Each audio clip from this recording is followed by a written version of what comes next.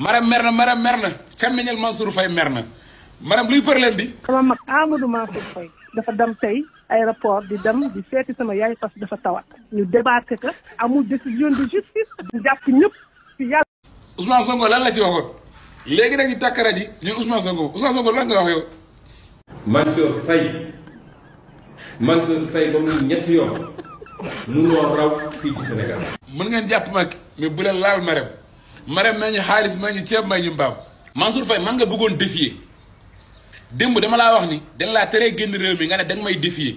moo tax nga demoon aéroport di test ji ñu ne la wàññeegul munoo génn réew mi yow Mansour Faye lenn à une seule condition ngay génne réew mi ñu jox ñu Macky Sall garantie Macky ñëwaat si Sénégal ñu jox ñu Macky garantie ñu jox leen Mansour Faye moom pour mu dem. Marème yow sa génn gi lan moo ko waral Mansour Faye xam nañ du dara si mbir bi ab benn perem noonu la rek lépp yow la.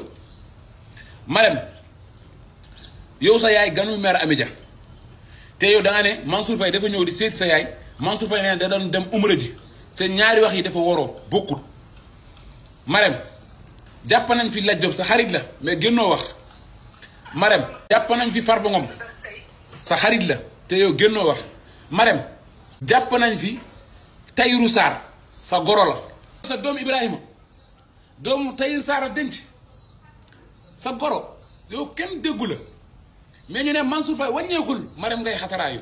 Marème ñun diirantu nag yàlla mbagg ba nga ne fii yàlla rek moo fi ne jàppale ñun ñëpp te nga nekk Maroc wàcc si suñ laa teere wala nga wax Macky na ñëw démb moom Macky neexlewul guddi gi démb Macky neexlewul dégg naa démb Marème da ko poñe di ko dëggate ay mbéj di ko dee till lii lépp yow la yaa jël réew mi tayle ko sànni ko jox ko booy yi une condition moo tax soor a génn réew mi nga jox ñu Macky comme garantie ñu jox la soora xoolal lan moo la ci gënal yaay choisir.